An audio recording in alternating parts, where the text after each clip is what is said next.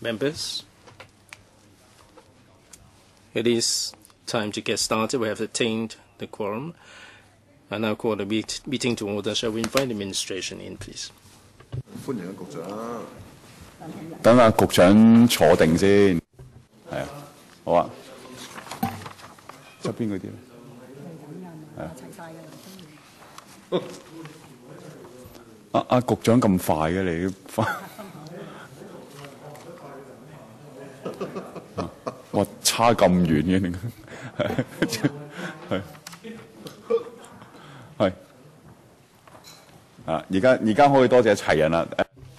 All right, we have everybody here. Welcome, government officials, to the Subcommittee on Hawker Policy. I'd like to invite the administration to brief us on the paper, please. Dr. Ko, Chairman. Very briefly,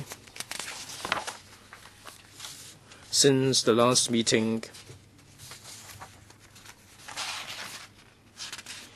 the committee held some public hearings. We have heard diverse views here, but I get the feeling that the majority support a bottom-up, district-led kind of bizarre policy.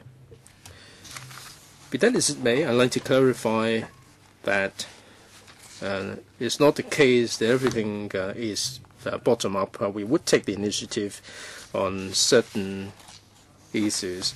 Now, in connection with the 43 streets,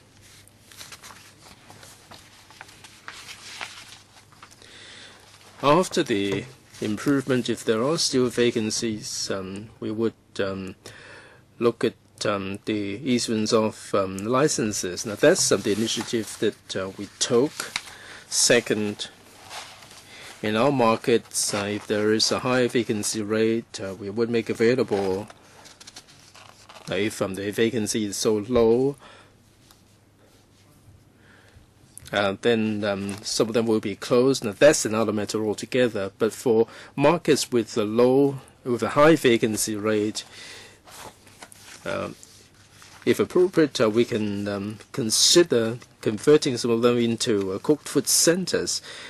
Now, these are the initiatives that we undertake. There are some suggestions that we are leaving all the responsibility to the district councils. Now, this is not the case.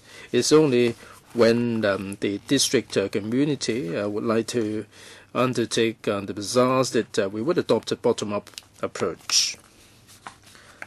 So given the circumstances, the administration would strike a happy balance.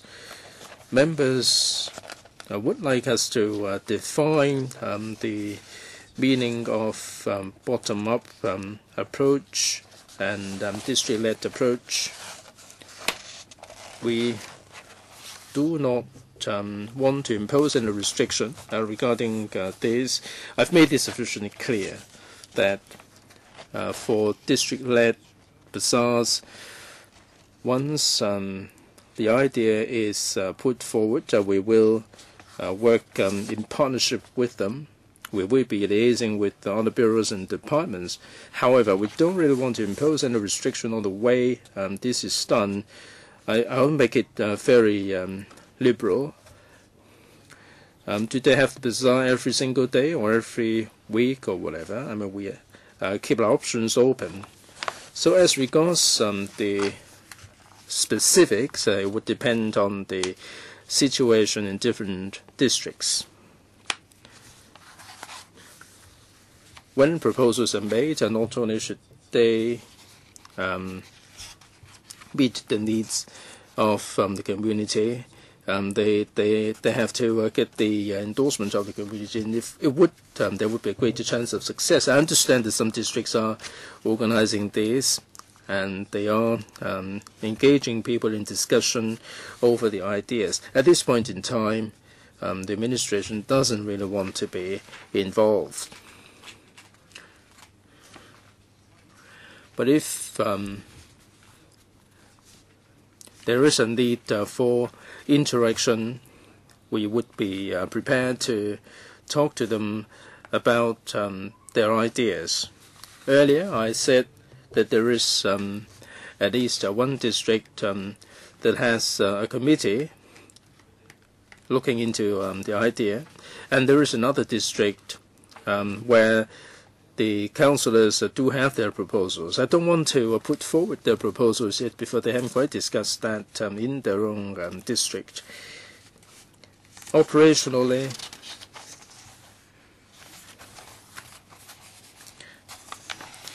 regarding the development of hawker bazaars, we will adopt an open mind as long as it doesn't affect the management and public hygiene.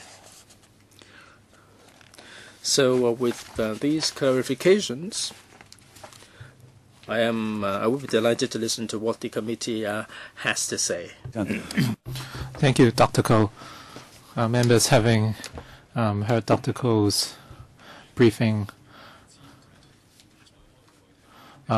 let's see if we need further meetings after today. It really depends on the progress of the meeting today. Hopefully members can raise constructive comments because we would need to consolidate these comments in our report. So hopefully members can chip in with their views.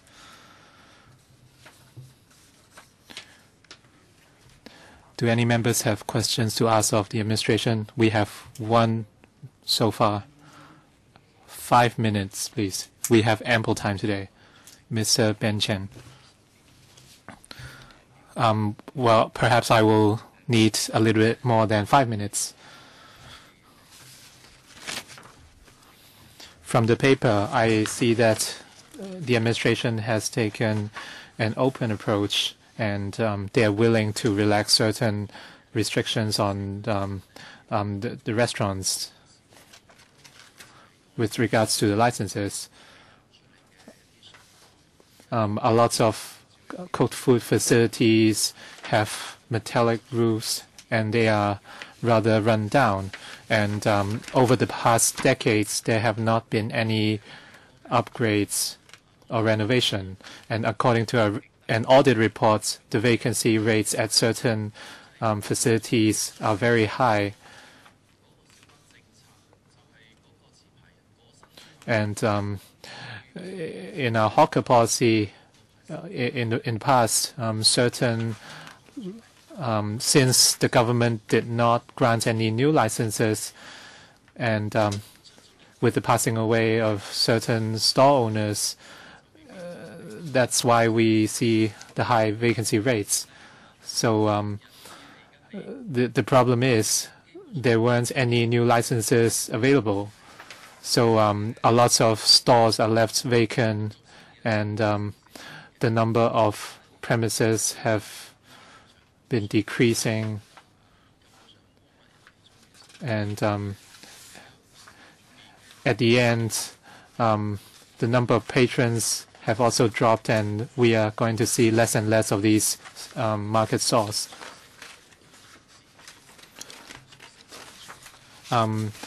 With regards to these professional cooked food markets, what is the government's policy on it? Are you going to renew their licenses, or are you going to revoke their licenses and do something else at those sites? A lot of traders are very concerned whether or not the government intends to revoke their license, and is there any, what is the government's policy on this?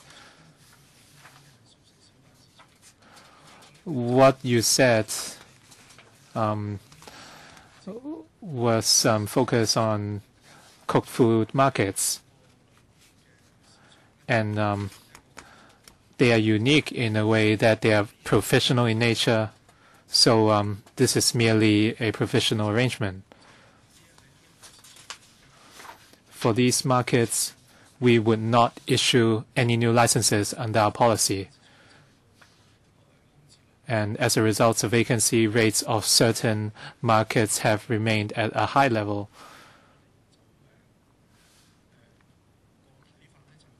And to tackle these issues, our view is that we have to look at it on a market-by-market basis. for those with high vacancy rates and low development potential, our current practice is to revoke their licenses and the site as soon as possible so that it can be developed into other uses. And for markets with relatively low vacancy rates, we would try to angle for more resources so that they can develop better. I'm not sure if I've addressed your question. Secretary, you told him the facts, but after revoking the license, the store has still been left empty. The Secretary gave the government stance, which is to revoke the licenses phase by phase. Even though this is a provisional arrangement, it has been in place for 45 years, so it has been a long, long time. A lot of these cooked food facilities are located in industrial areas. They have a lot of patrons, but given the lack of choice, few customers would want to go there. And I understand that the government intends to reprovision one of these sites, and the traders feel disillusioned because they've been operating for such a long time. Can the government actually optimize or even rebuild these cooked food markets to make the best use of the sites? If you replace these markets, I don't think you can find another place to for reprovisioning. As I mentioned, the situation differs market by market. For some markets, we feel that they should not continue, and we would take the sites back. And for some markets,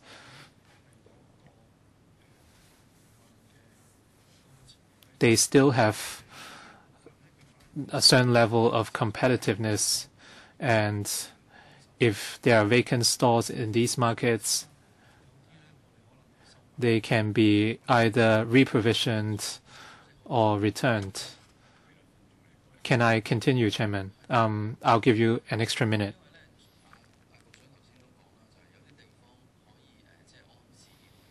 The Secretary said that some stores can be reprovisioned. I have no issues with reprovisioning, but since the facilities are so run down, they are not going to have any better chances of surviving. For this type of provisional cooked food market, can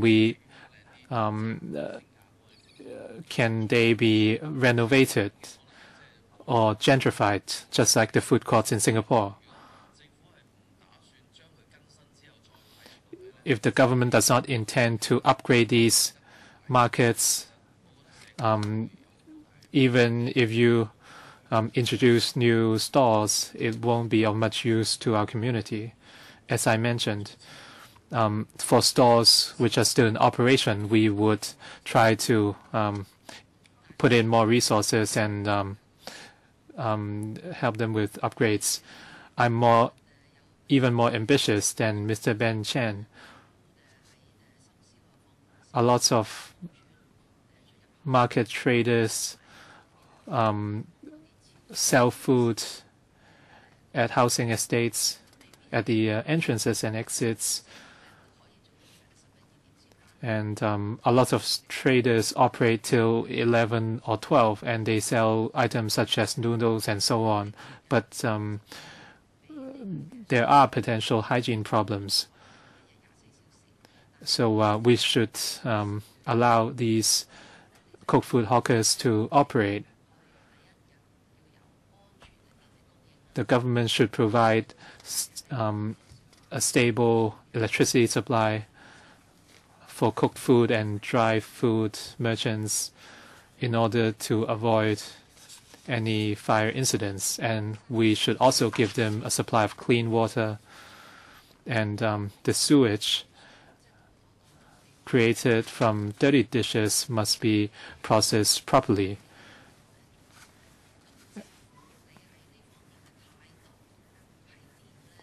And what is the government's stance on this? Of course, the most convenient solution is to replace them all. But all along, our subcommittee has been working very hard to come up with a hawker policy that brings convenience to market traders, and they can come in and exit as they wish. We would not want to see a repeat of the incident in Kwun Tong, in which diseases have spread from cooked food centers, and at the end they had to be replaced. So what is the government's stance on this issue?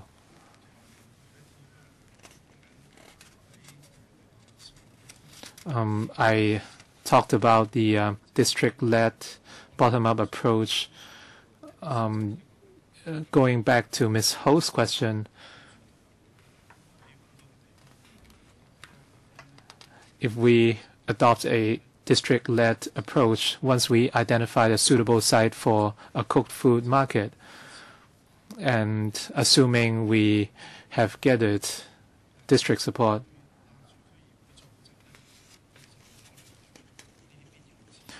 the FHB would work with the district councils to see whether the essential facilities are available.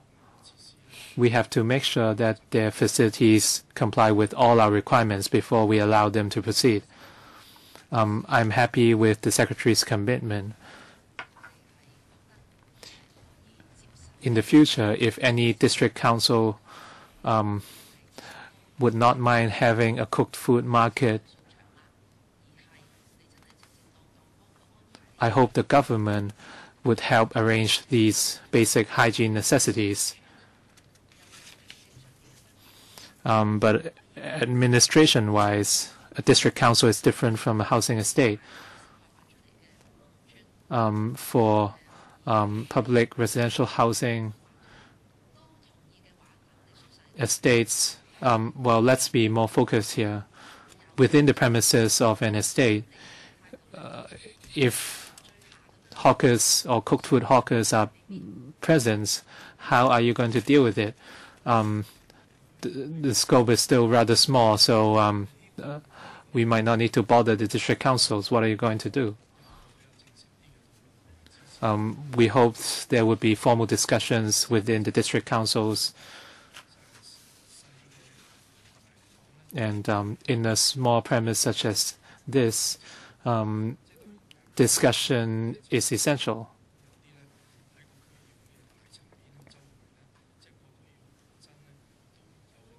In some cases, the district council might be interested,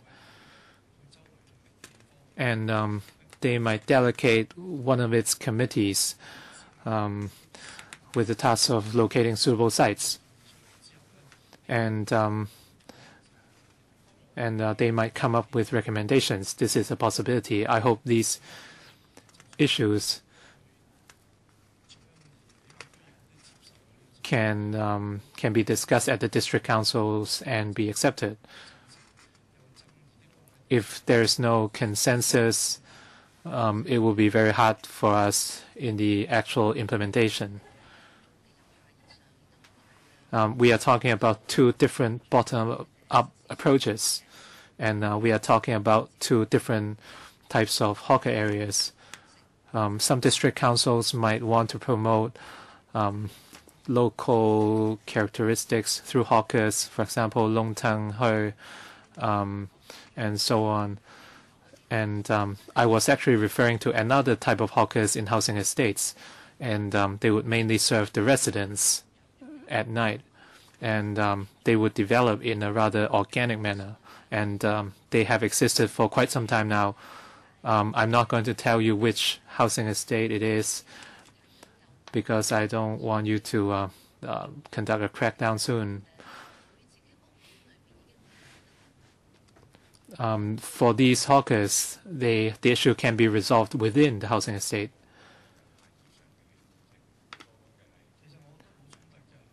I don't think there's any conflict.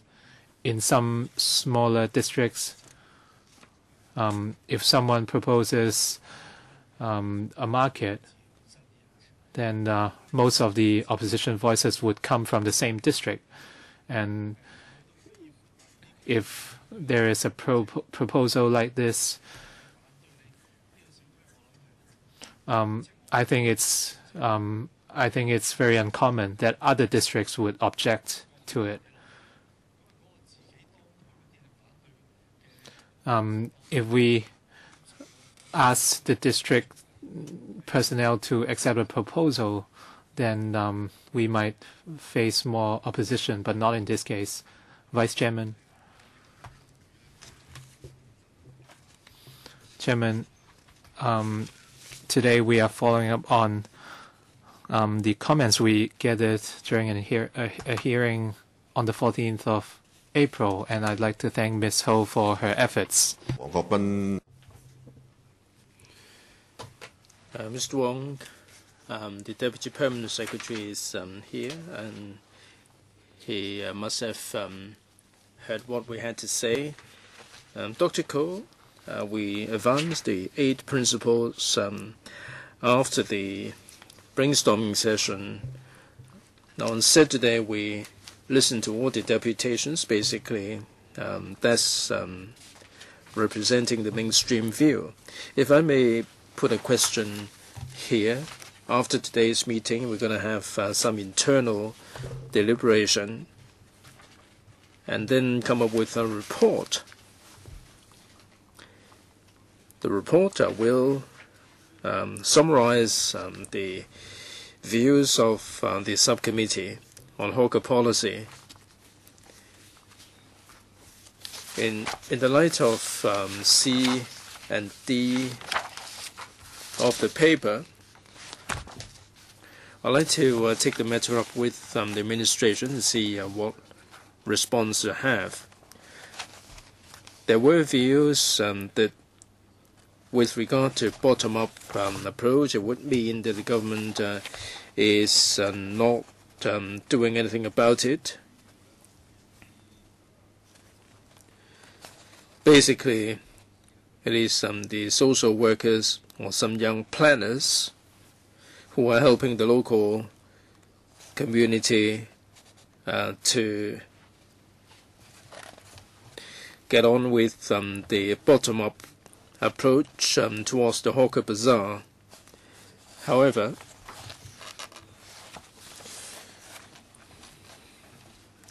because of bureaucracy, the officials might not be prepared to entertain in a receptive way.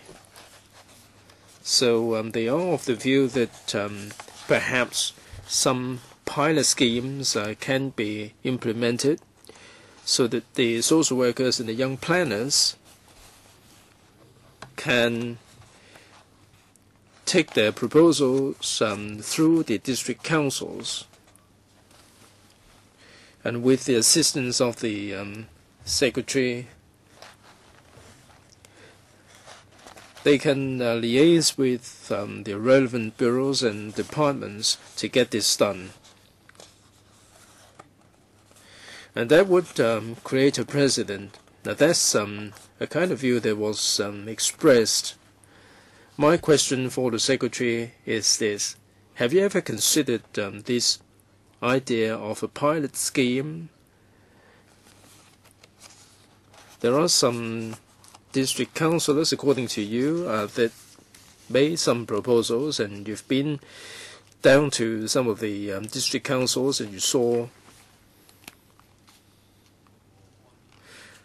pretty positive arrangements being made. Do you think that the pilot idea would be a feasible proposition? Secretary: yes, I think that this is a likely scenario. I'm not sure what the grassroots organizations are worried about. If they're worried about not being able to get in touch with the district councils, then it should be fine. They can approach me first, and then I can approach the district councils with the proposals and get them to deal with it.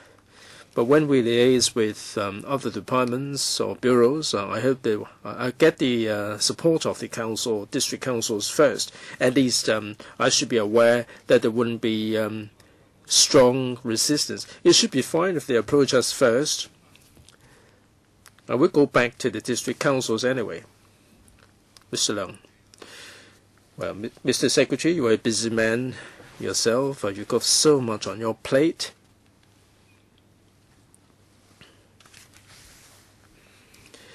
It would be a bit difficult for people to approach you. Perhaps within your bureau there can be a contact person being designated to deal with the young planners and the social workers. Secretary, it should be fine. Let me get the premise out of the way first. Now, the overriding consideration is for this to be initiated by the district councils first. At least there shouldn't be strong resistance. As to how they go about doing it, should they approach the district councils first, or should they approach us first? It doesn't really matter. If they want to have someone, or if they want an office where they can approach with the inquiries, I'll certainly make arrangement. But this secretary is the most approachable one. Mr. Ray Chan, I am happy to hear what the secretary said. If members have any proposals, they may wish to get in touch with the secretary first. However, I think the secretary ought to have a team looking at the proposals and point people in the right direction. We do really want to have a mechanism set up. People don't really know who to approach. Should they approach a particular councillor or what? With a bottom-up approach, now if you ask people whether it should be bottom-up or top-down, I think 10 out of 10 people I would say it should be bottom-up.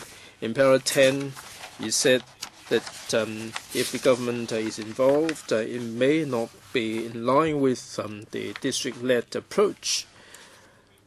Now, if Dr. Koh is knocking on the door of the district councils, then I don't think they would throw away your proposal. And the district councils don't have to go through a certain procedure with regard to the proposals. If it is not top-down, if you don't issue certain guidelines, people don't really want know where to approach. The district councils might not entertain them. At least if people do have any inquiries, they know where to approach. Although this may not turn out to be fruitful, the government does have the responsibility. Now, you say that you adopt an open mind. There are no restrictions imposed. You've made it very clear. And you will try to cut the bureaucratic red tape, and you'll be liaising with bureaus and departments. I think you have to specify your role here so that those who are interested in developing the bazaars would know where they stand. We've been having so many meetings. We had a public hearing and people knew what's going to happen. But what about other people who didn't attend the meetings? Would there be any publicity? Should it be the district council's responsibilities, or should it be the secretary's responsibilities to make people aware, whoever is interested, make them aware of what's going on? We've seen the development here, and the FHB has taken on maybe 80–90% of the responsibilities, but we have to work out who should be taking the lead. Now, if you are so concerned, I'm not sure whether Mr. Greg So would be as concerned as you are. Now we have Mrs. Yim, the Deputy Tourism Commission. What about the CEDB? What role has it played other than having someone here represented at the meeting? Will the CEDB representative tell us what they have done and what they're going to do going forward? All right. The third question is directed at Mrs. Yim. All right. Doesn't really matter who takes the question. Dr. Ko, let me take the earlier questions first. I accept Mr. Chen's comment. I mean, it doesn't matter who they approach, district councils or ourselves. But I would be interested to find out about the proposals first. If you ask me to wait for the district councils, and I may be kept waiting for a long time, and I may be getting impatient. So if I am kept posted of some ideas in the community, then it would be a good idea, but I must make clear that I will approach the district councils anyway. I'll be telling them that there is such and such idea, and I find this interesting. I'll be asking them to have a look at the proposal and see whether there will be enough backing in the community, and that should be fine. I will let the Secretariat have a contact point if they want to approach me with some proposals. They're most welcome to do so. Second question, I think that has been addressed. What about the third question? Who is more concerned? What role does the CEDB play? Chairman, when it comes to the hawker policy, it is within the purview of the FHB.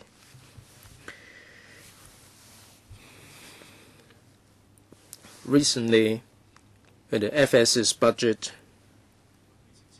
there is a reference to the food truck, and that gives rise to another concept. As a gourmet center in Hong Kong, we're attracting tourists to Hong Kong, so that's why we involve the Tourism Commission. Mr. Chen. Hawker policy is within the purview of the FHB simply in terms of management, not development. In our meetings, when we discussed the Fisherman's Wharf and so on, we would involve Mr. So, the SCED. From the development point of view, it should be beyond the purview of the FHB. Secretary. In terms of development, I agree that there is this tourism angle there, but I don't think you would object to the fact that we should not be confined to the tourism angle. When it comes to the development of the local bazaars, we are meeting the needs of the local citizens primarily. So we are developing the hawker policies. We're updating the hawker policy. So it is the FHB that is taking the lead. Food truck also, it is not tourist-led. So why don't you take over the food truck as well? Secretary, well, let's see what the Tourism Commission has to say. Mr. Wong Kwok-hing, Chairman. First of all, I thank the Secretary for being open-minded and for the commitment to reviewing the hawker policy on many different occasions. I've already praised on the FHB for its commitment. After the public hearing, the administration has given us a paper which sets out the bottom-up approach, and that's one way to go. perhaps after the public hearing, we can consider two angles. The first one is a bottom-up approach. Indeed, in the community, we have to make it district-led. We have to listen to what they have to say, and the public needs the kind of streets and the kind of venues and the minimization of public nuisance. Indeed, we do need to have the support of all the stakeholders in the community, and this is really a step in the right direction. The Secretary said it has to go around the 18 districts. You'll be working very hard indeed. There is another angle that I'd like to mention, and that is a top-down approach. We do need to talk with the central the Hong Kong government. Now, there are certain areas that we have to adopt a top-down approach. Examples include the succession of hawker licenses. This is something we must discuss. And licenses for hawker assistants also requires a top-down approach instead of bottom-up.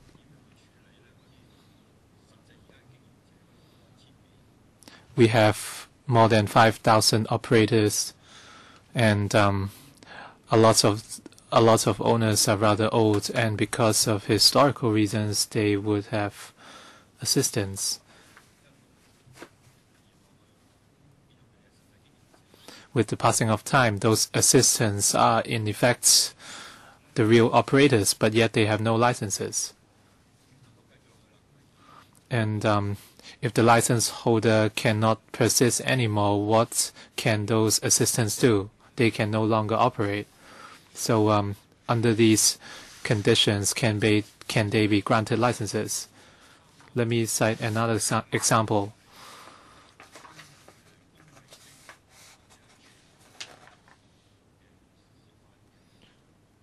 For more traditional hawkers or traders, we need to offer them more support in order to continue certain traditions and crafts, or else they are going to disappear with time.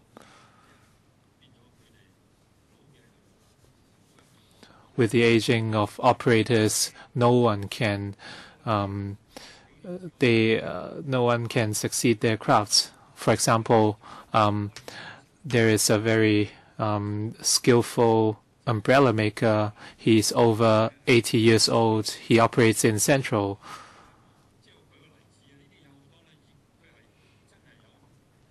So this is one example. These are very good craftsmiths, but no one is willing to continue after them. So for traditional handicrafts,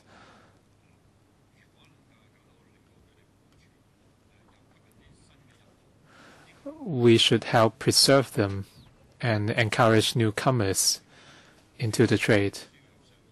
So these three examples illustrate why it's necessary to have a top-down approach sometime.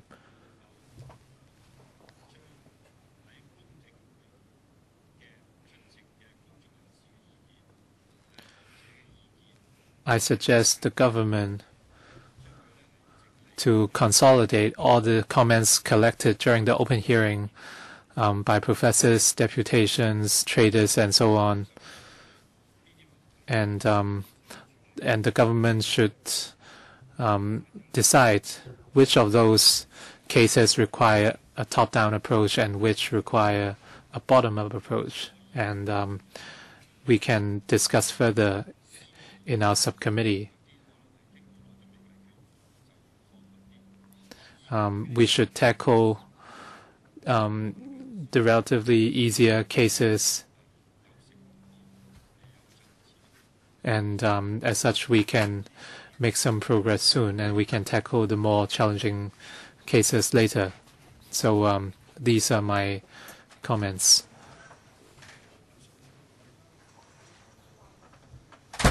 basically what Mr. Wong just said have no contradictions to our policy.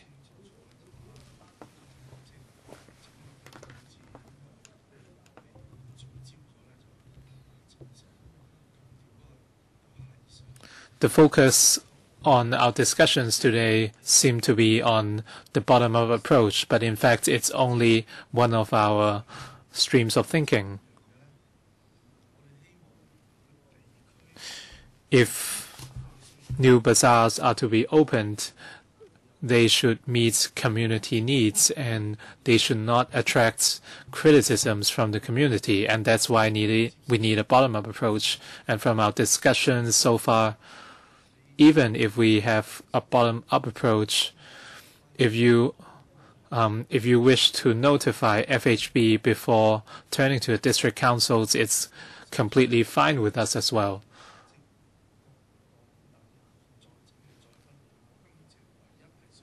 I don't think there's a need to classify those comments collected during the open hearing into bottom-up and top-down approaches. And in the choice of bazaar sites, bottom-up will be most appropriate. So I don't see a need to classify these comments. Thank you very much. Please excuse me, because I've just finished another meeting, so I missed part of the meeting. If what I said has already been repeated, I apologize. That's all for the first round. Any other questions for the first round? If not, I'd like to ask a question too.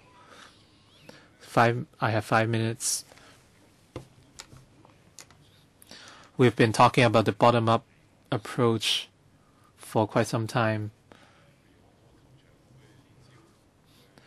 For instance, can we have a Lunar New Year bazaar on a football pitch? And the secretary said it's okay if we want to notify the Bureau first. I think you have to be very careful here. If we have a proposal for a bazaar, then your view would decide whether or not the proposal can go ahead. If I turn to the district councils instead, they might have a different view. So we have to be very careful whether or not to adopt top-down or bottom-up. If you are going to relay our comments to district councils, then your role might be negligible. But of course, if you are willing to, if we can consult you on any of these proposals, it would be much welcomed. Thank you very much for your reminder.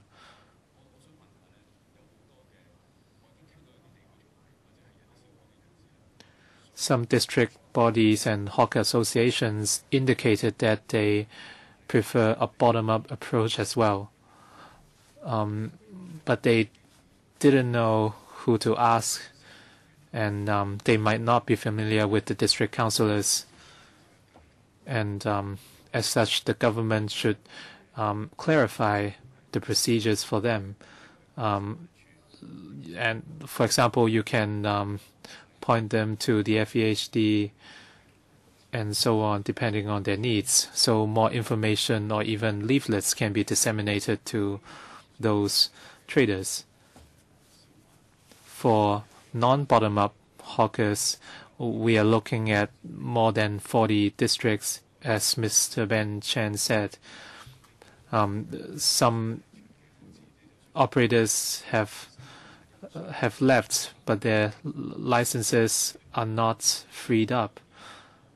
Do we have a lot of these cases in Hong Kong right now? You said you said objectives have been discussed. Can you share those with us today?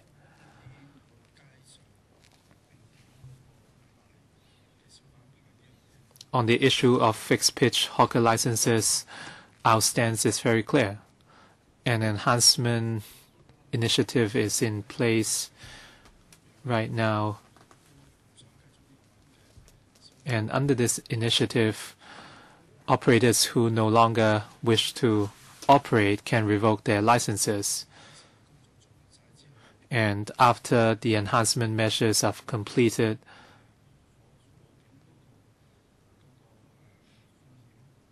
fire hazards would be much reduced. And after that, within those 43 streets, we would see some vacant spaces.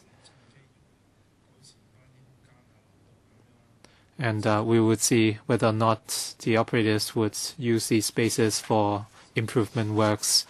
So it really depends whether or not we issue any new hawker licenses. So far, has the enhancement initiative been progressing well? Have the results been satisfactory? We have not completed the initiative as of yet, but according to the FEHD, progress is satisfactory. We did face some challenges in certain roads, but we have overcome some of those tackles, and in general, it has been progressing well. And at a later point in time, I can share with you some specific figures on the updated vacancy rates and so on. That said, we are confident that some spaces can be freed up for new hawker licenses. And under our improvement initiative, apart from reducing fire hazards, our focus is also to improve the design of the stalls and upgrade the fireproof materials.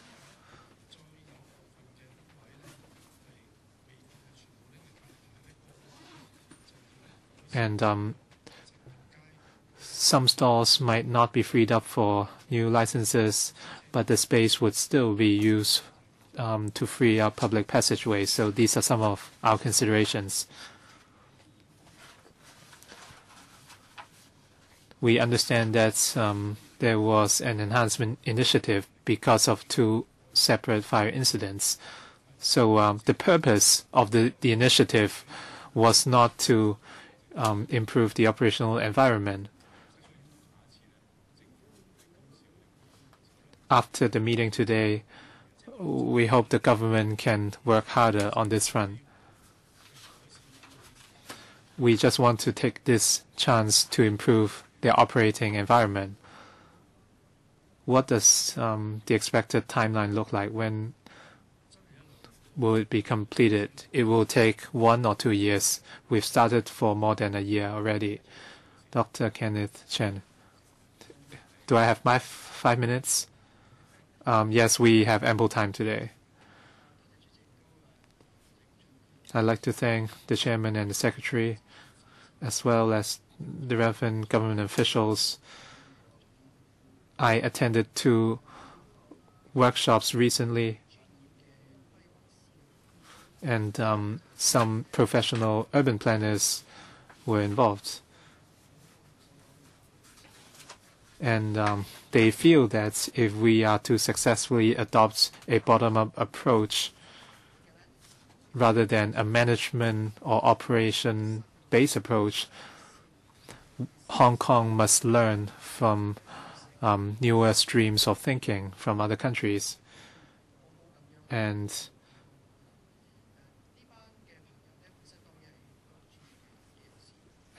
we can learn from some urban planners.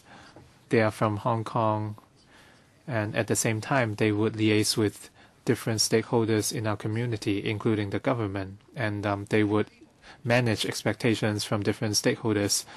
They hope to become a neutral platform to learn from best practices internationally,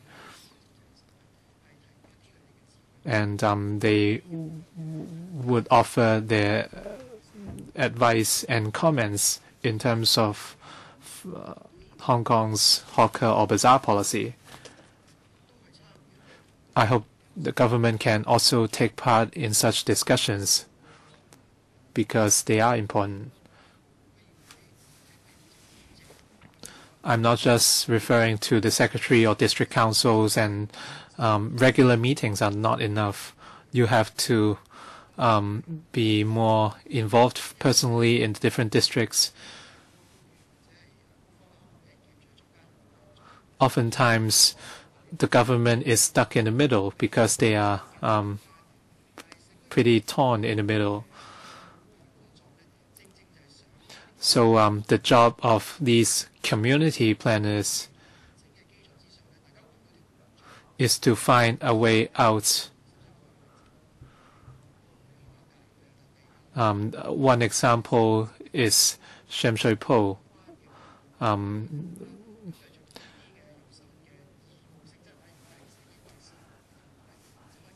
I hope the government and district councillors can start discussing the issue with these community planners who are all volunteers, and if our design plans prove to be a failure, this might be a one-off initiative, but if it's successful, we can continue well into the future. And in the 2 workshops I attended, I didn't see any government officials. I think if possible, if you're invited again, I hope that you would attend as much as possible. And we hope that there will be an interactive process so that we can have a bottom-up approach involving the town planners. I understand that there may be constraints faced by the administration, and I hope that you would, notwithstanding the constraints, promote the development of hawker bazaars in the community.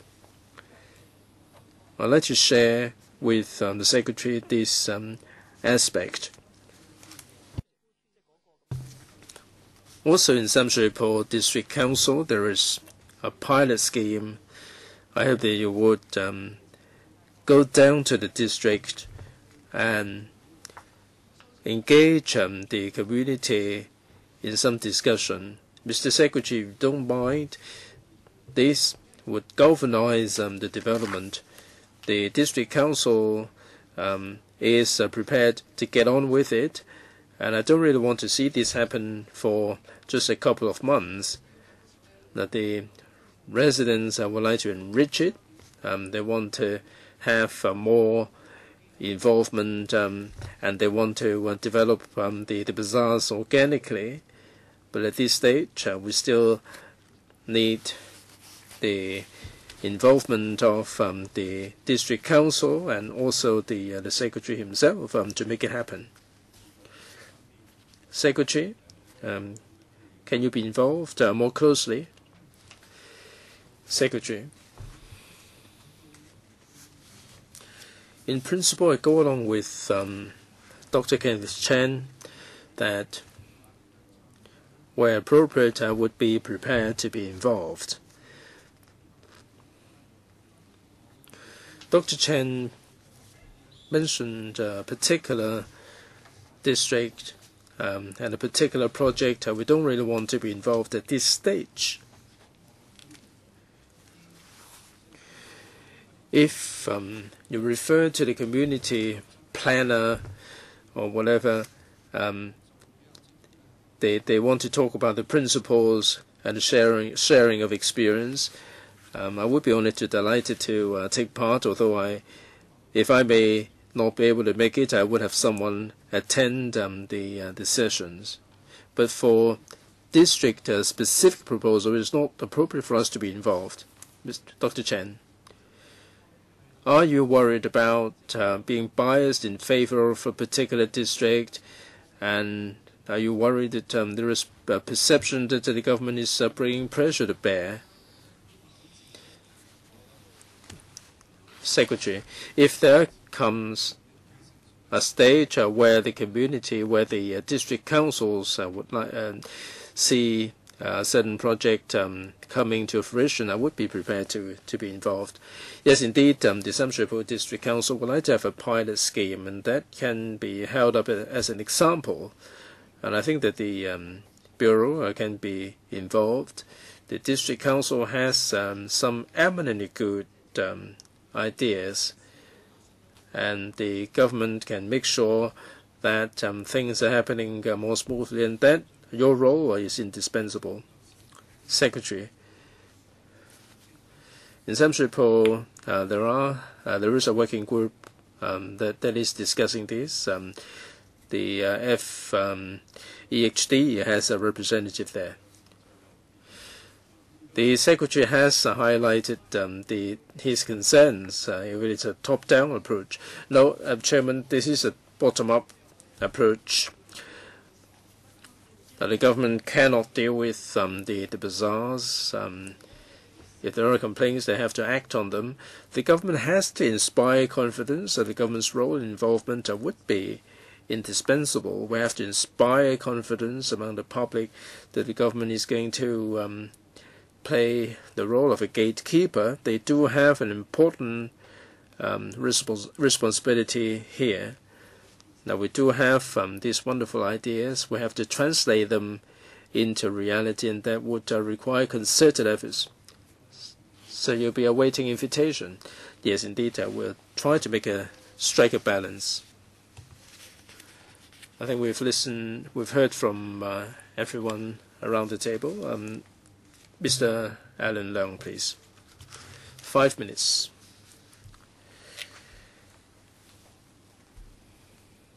Chairman, you pointed out a moment ago that the Secretary should not kill off any project. He should be the facilitator.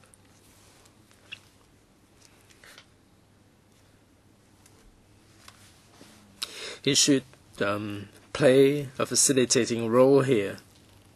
I'm sure the Secretary would agree with me that we should be pleased with an active civic society. The community planners that Dr. Chen referred to, they are planners themselves. They're lawyers. We have pro bono lawyers, and these community planners, they're offering their assistance on a pro bono basis. If the Secretary is minded to get on with this hawker policy, the civic parties always felt that this is a matter of planning. If there is a group of conscientious community planners, then if you don't mind me saying so, the administration should learn from them. If you see your role not as a law enforcer, but as a facilitator, there is a need for more imagination. There is a bit of getting used to in terms of the change of roles. I've met some of these planners. Definitely, they would be able to help with the administration in terms of facilitation, and they would help the government change its role. I would encourage the Secretary to meet the community planners so that they can brief you on the situation in Singapore, Taiwan, and South Korea. I appreciate that the Secretary has a lot of experience or some ideas about all these experience, but if you care to meet them, you will have more informative exchanges. And if you can play a positive role of a facilitator, then it would be really wonderful if you can run the hawker bazaars. People can have their own business, and the members of the public can also benefit from the cheap merchandise, and they can buy from these bazaars. Secretary, Chairman, you may not be aware, the Secretary has been keeping us company. This morning he's been sitting on the PAC for 4 hours regarding Chapter 3 of Report number 64. That's in connection with the cooked food centers.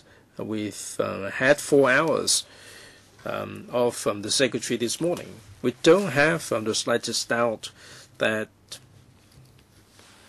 in dealing with the public markets and hawkers, the Secretary is fully committed. This is a different occasion, different forum. I'd like to take this up with the Secretary. I hope that in our report, this idea, this comment will be taken into account.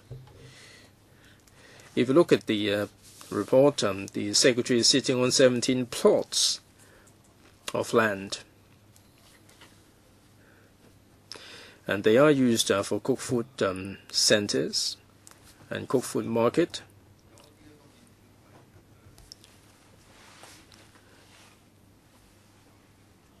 And some of them are small-time businesses. Chairman, we understand the background about it.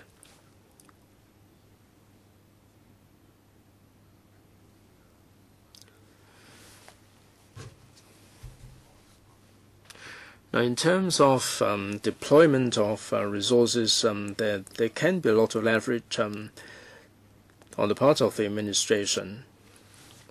Under the FHB, you have the review of the markets.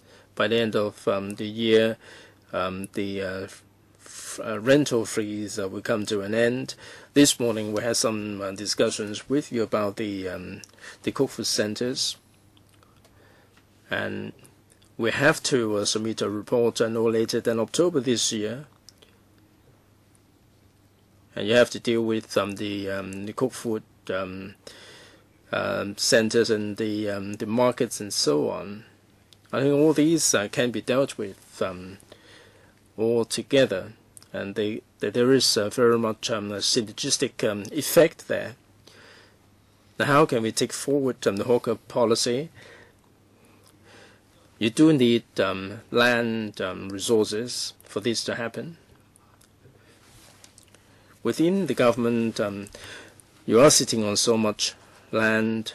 Now maybe you can release 4 plots of land, and the Development Bureau might allow you to create some bazaars there. So I hope that this subcommittee on hawker policy, I'd like to highlight this particular angle. And this is the point I'd like to add, Mr. Chairman. This morning at the Public Accounts Committee, I've heard what the Secretary said. If, however, the Secretary would like to get on the record and say something, by all means. Secretary, as a Bureau,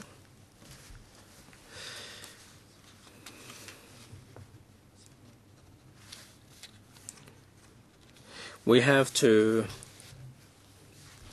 face the panel on food safety and environmental hygiene. Now, we like to improve the facilities, but at the same time, we do need to have a mechanism for adjusting the rental.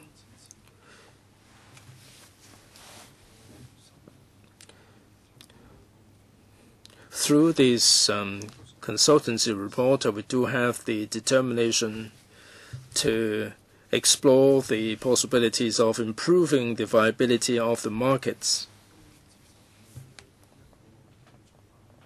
If members find this approach acceptable, then I hope the members will accept the mechanism for rental adjustment. As a bureau, we have to look at the resources.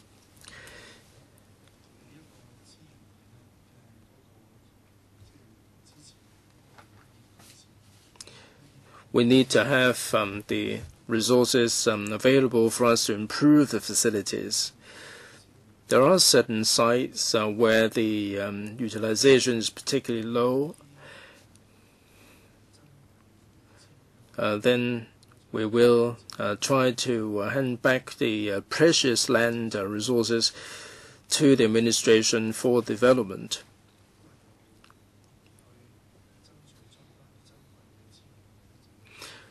Now we are prepared to surrender the precious land resources to the government for development, and in return, I hope that they will support the resources needed for developing the policies. Thank you very much.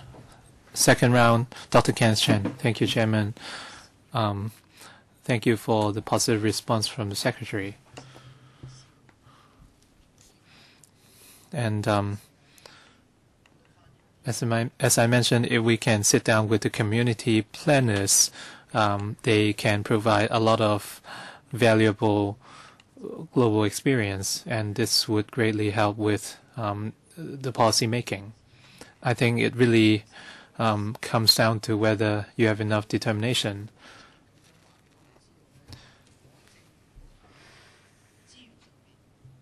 These community planners have told us that if the government is willing to support pilot schemes under the DCs or district councils, and we are talking about volunteers, these community planners. And if different government departments can better coordinate with one another, this would be a big step forward. And during a workshop, these urban planners talked about the example of Seoul in Korea, and they already have community planners who will help plan the entire development of the city in the next 20 or 30 years. We have the planning department in Hong Kong. We have blueprints for housing and infrastructure. But if we can, a group of neutral people who can coordinate between the government departments and the community, and they can also reflect comments from the public. I think it would go some way in alleviating some of our complaints right now on noise pollution and so on. This is exactly where the community planners can help. So I hope the government can attend similar events in the future. For Sham Shui Po, Tin Shui Wai, and so on, people are looking forward to new bazaars. And for Tin Sao Hui in Tin Shui Wai, we might need to invest more efforts. Some new bazaars have been born, and they are managed by the Home Affairs Bureau. And these bazaars were commissioned to NGOs such as the Tonghua Group of Hospitals, but they did have teething problems to solve.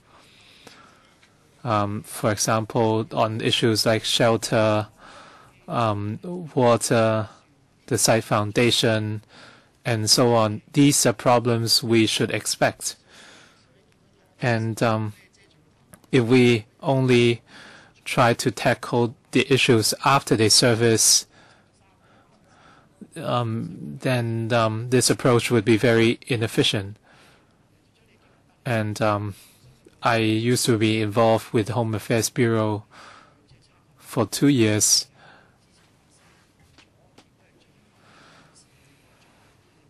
I think we should learn from the past experience when we formulate our hawk and bazaar policy. And the government should not just outsource all these problems to NGOs like the Tonghua Group of Hospitals, and they would be left with big headaches. The number of patrons is a big issue because it's located in between two housing estates, and we are seeing this problem because when the site was identified, little consideration has been paid, and they merely opened a bazaar for the sake of it. And once again, I urge the Secretary to learn from past bazaar policies drew up by the Home Affairs Bureau. Dr. Chen, your point was very interesting on the point of community planners in Seoul. Were they an official body or a consultative body or else?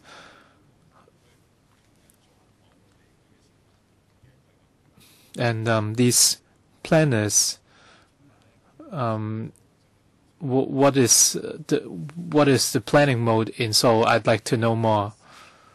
I can circulate a paper with all of you after this meeting, and it was drafted by a group of volunteer community planners, and they talked about the situation in Taiwan and Seoul. And the background is that the municipal governments want to try something new because the old method doesn't work anymore, and as such, they commissioned a group of community planners to find out more about the situation in the community. And after some rounds of discussions, a platform was established, and the case of Seoul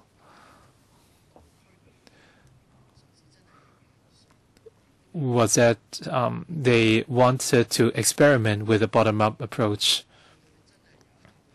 and from empty guidelines to concrete policies, the municipal governments put in a lot of support. So for Hong Kong, this is a rather advanced school of thinking, and this is something worth learning from. I think the Secretary has noted Dr. Chen's comments. Perhaps the government should reinvent its consultative framework. I think his comments are worth considering. Of course, we might not have volunteers, but the government can give it a thought after this meeting.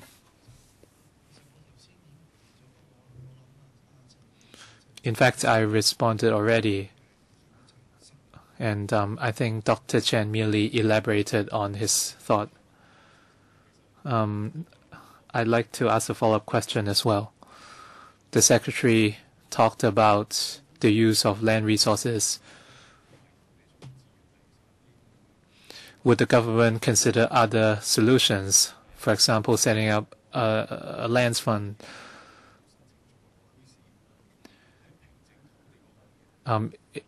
If a bazaar is to be opened, there are costs associated with site formation.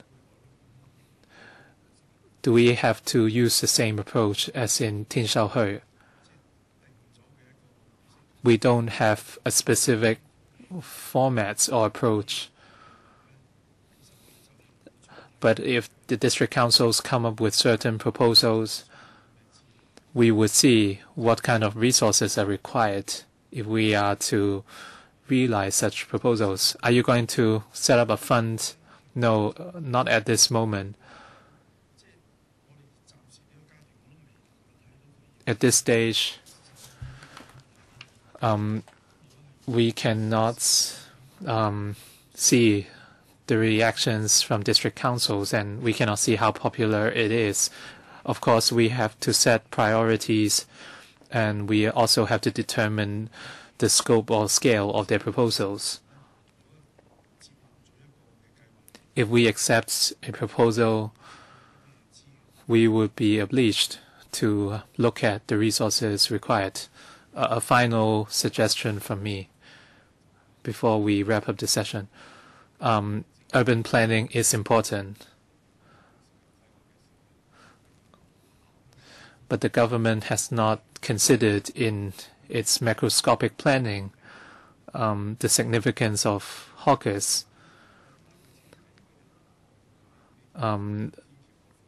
If they are to build a footbridge between two housing estates, they only consider technical parameters like the width of the footpath, footbridge, and so on.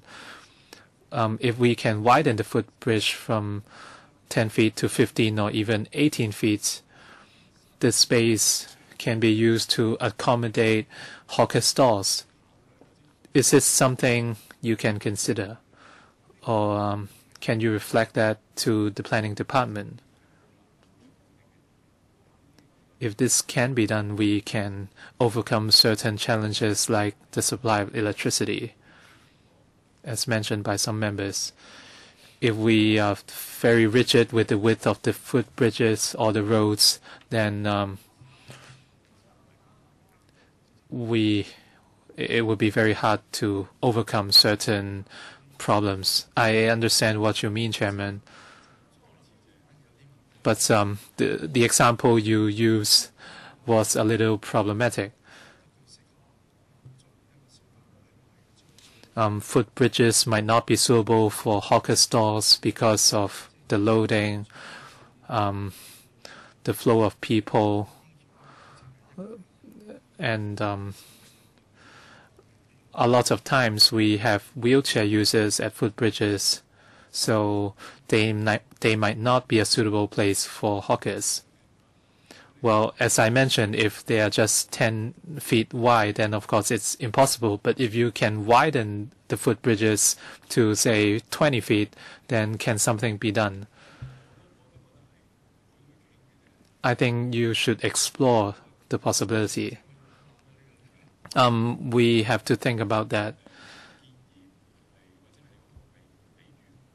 The example I gave might not be perfect, but I hope you understand what I meant. And a lot of members have spoken today. I wanted to finish here, but I just realized that, well, after the meeting today, I would send letters to the members' offices to see if they have any new suggestions or proposal. We might have a meeting behind closed doors next time, and if necessary, you will be invited again, Dr. Go. I'd like to thank the FHB and CDB officials for coming here today, and Ms. Chair, the Permanent Secretary is here, the deputies and the assistant directors also here, so we can see how dedicated you are. This might be the final meeting on the Subcommittee on Hawker Policy. Thank you very much for your efforts. If we have no other business, the meeting is adjourned.